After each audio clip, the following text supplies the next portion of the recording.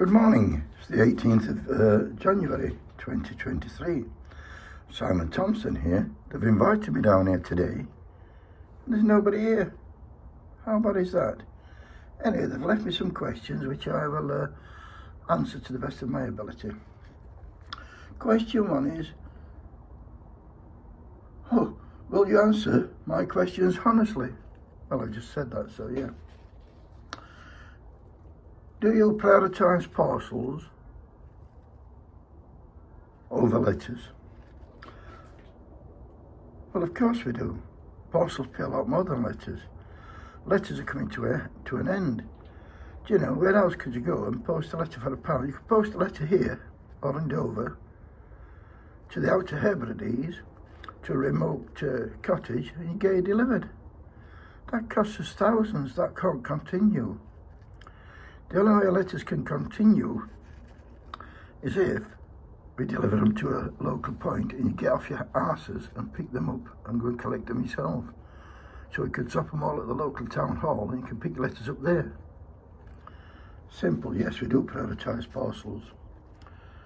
Question two, do you work with union busters? Of course I do, yes. I hate the unions. I hate the union members. Do you know, the unions are fighting for workers' wages, wanting them to have a living wage, etc.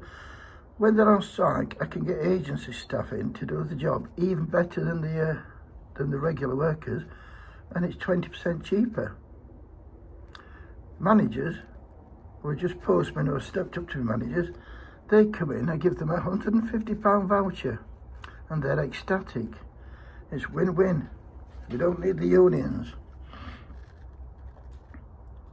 Do you issue PDAs to your posties? Yes, well, we call, to be honest, they're called personal digital assistants, but I call them electronic tags.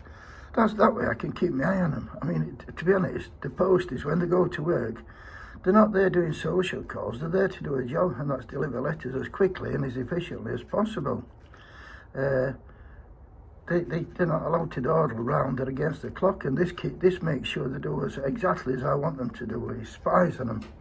It's an electronic tracker, basically. Do you use fire and rehire? Of course I bloody do. It makes sense, doesn't it? Get rid of the expensive stuff, get some cheap ones in. More profits for the company. Do you want owner drivers? Of course I do. We've got a big fleet of vans in the rail mail. If I scrap them all, we'd be worth millions. To keep them on road is costing us millions. It makes sense. Let the workers own the van and then they can maintain it, not the company. It was a massive win, yeah. Owner drivers of the future. Are you changing working conditions? Dead right, I'm changing working conditions. They're very too easy. When I walked in there, I couldn't believe it. It was like a holiday home, like Butlins. I'm changing all that. Gone are the laughing and the joking, the frivolity, down to some serious work, boys and girls. What about voluntary redundancies? Well, yeah, you can have voluntary. If people want the redundancy, they're more than welcome to have it. But not to expect a lot of money. They'll be getting as least as I can possibly give them. What about sick pay? That's going to the wall.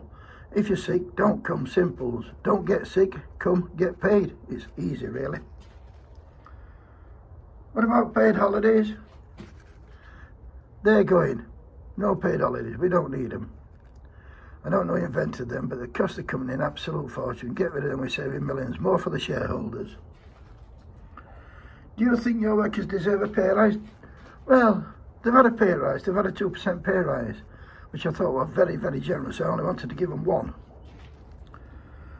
Are you worth your £750,000 a year? Damn right I am. The more jobs I get rid of them letters, that £750,000 a year will soon be up to £1 million. Anyway, thanks for having me on, boys. I've loved every minute of it. Wakey, wakey!